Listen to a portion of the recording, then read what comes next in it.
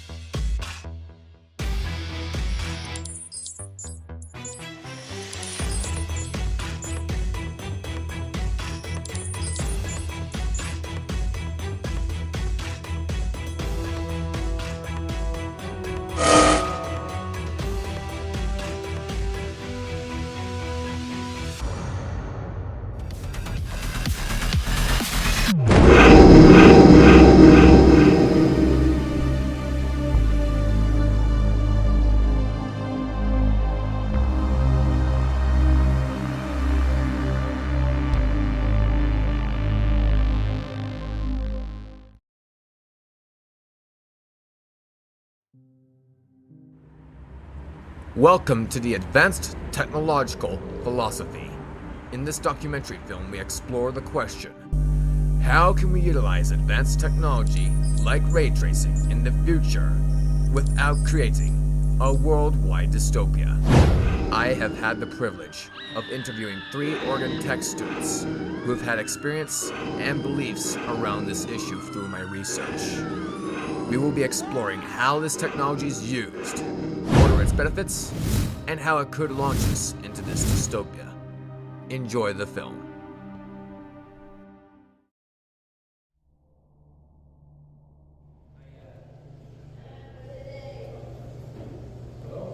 To better explain ray tracing's involvement with AI, I interviewed Jonathan Thomason, a software engineering student at Oregon Institute of Technology who happened to have a GeForce RTX on his laptop. The purpose of this interview is to help get an idea of what ray tracing is, how it works, and what the future holds for us.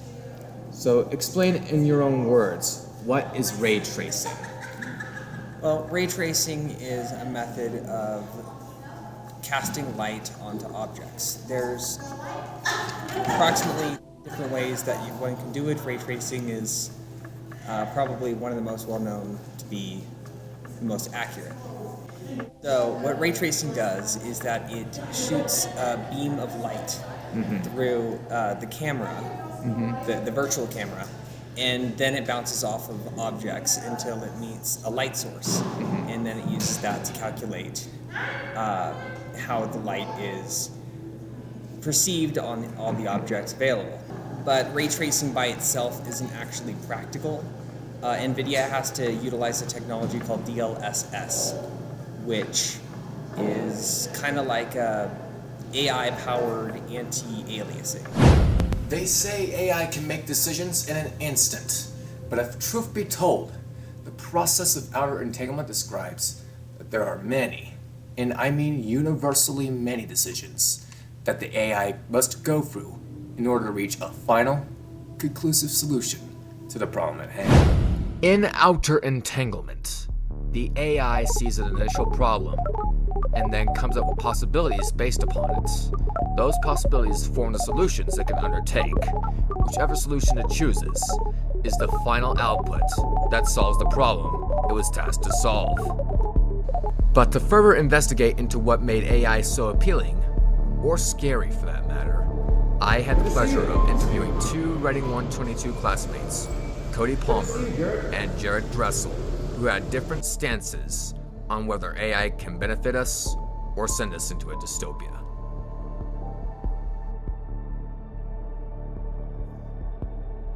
I believe AI has helped us advance in certain technological fields. I think it's helped in the medical field. I think isn't nanotechnology part of AI? I think so. And so I know it's also helping with, I believe it's helping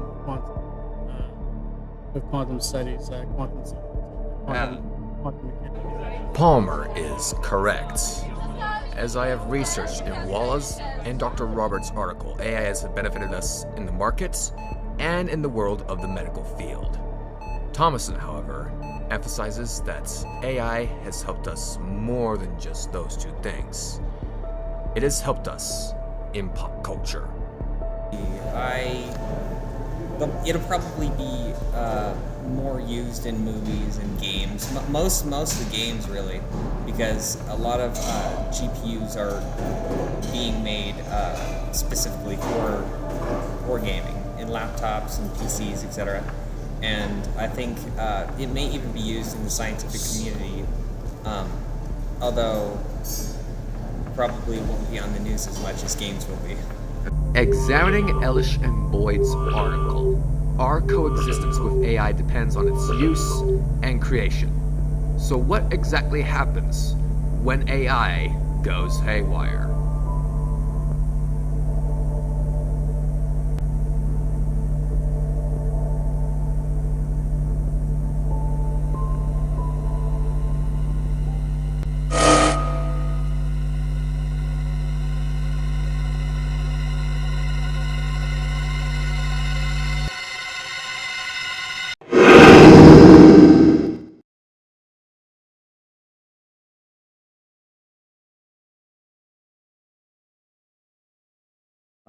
So I think a really big part of it is a lot of people in the world have become kind of lazy. We've kind of become lazier as a society over time.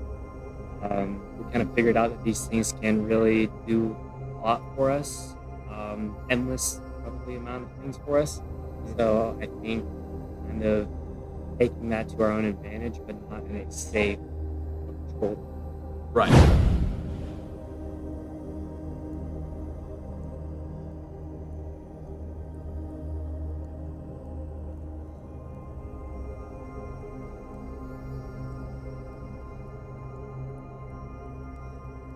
You know, throughout my research, and I've noticed other researchers doing it, but we've noticed that we are prone to manipulation by AI because we rely on it every day. We use it to make our lives easier. I admit, it's pretty easy being able to get assistance with writing, grammar, video editing, but AI is growing exponentially. And it's because of that exponential growth that has people worried.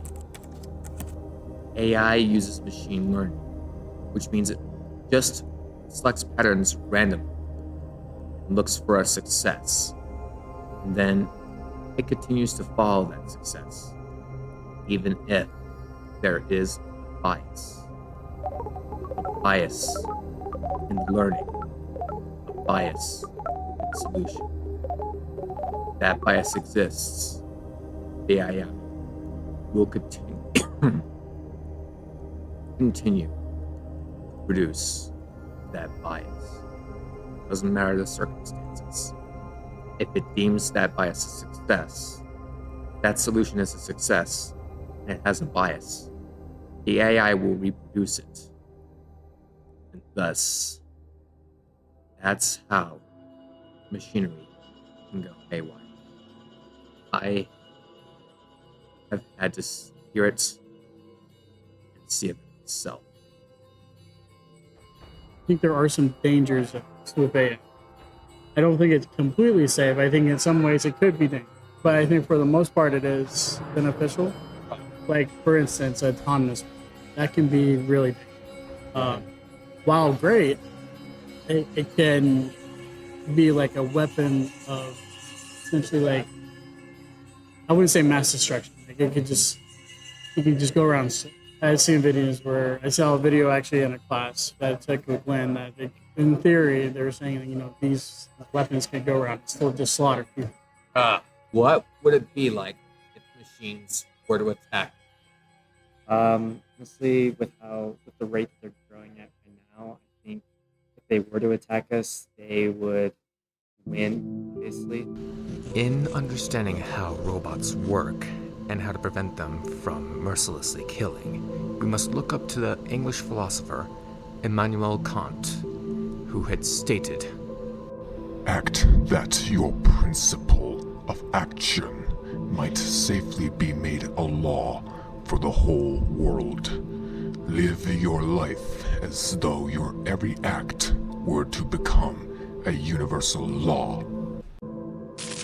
"It is a sad reality that we experiment with dangerous technologies such as this every day. These innovations are getting patented, monopolized, and the prices for those innovations are skyrocketing.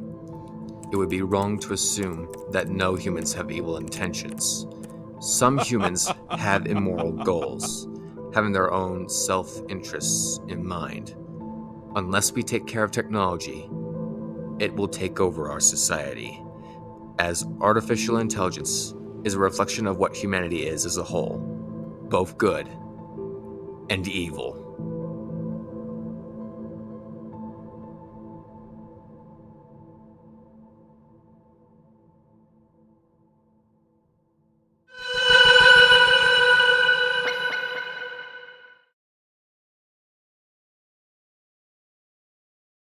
What are you doing?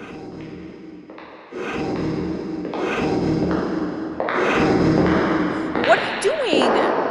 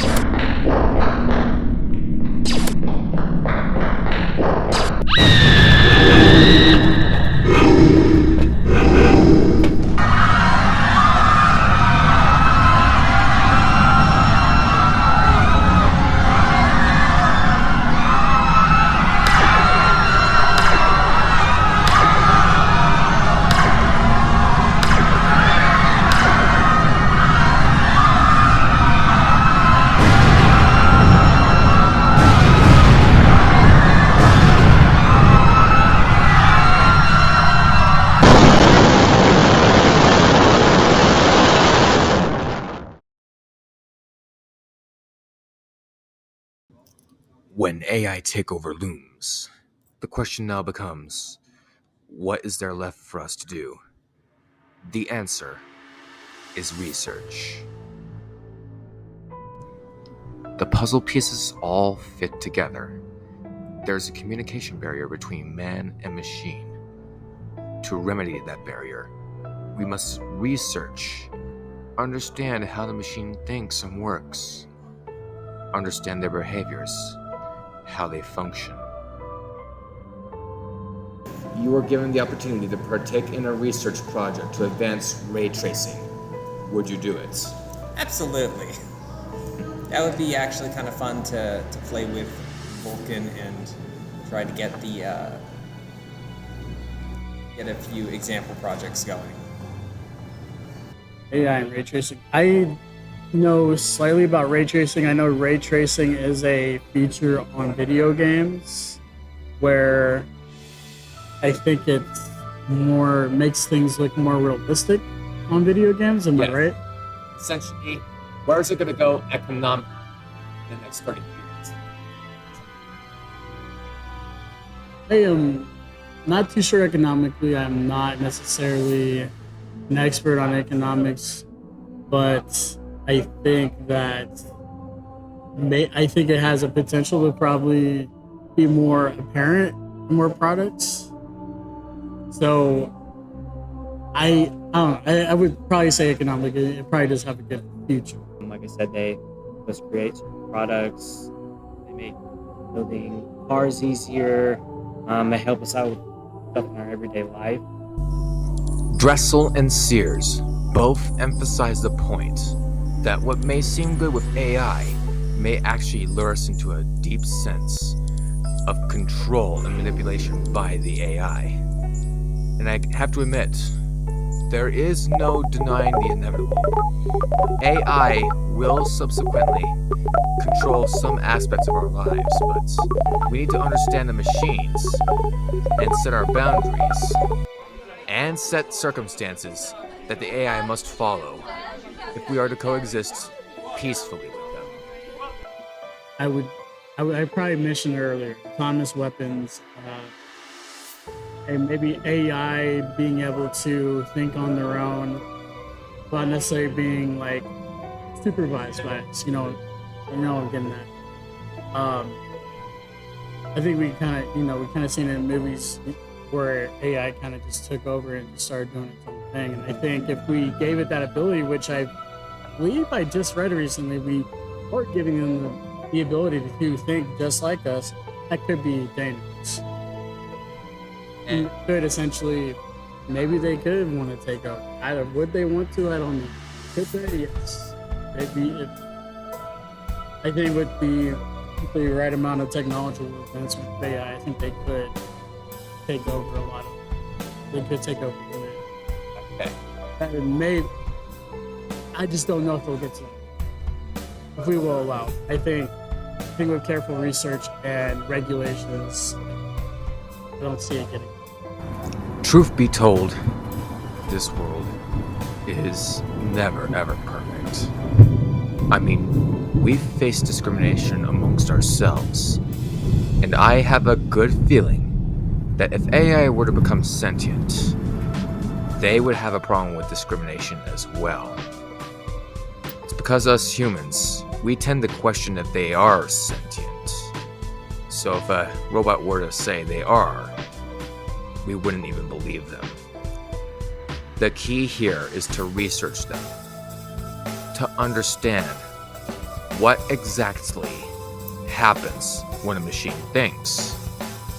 How does a machine work? How do they respond to situations? If we can get them to interact similarly to us, if we can get them to understand us, we would be creating a better future with robots and technology in the long run.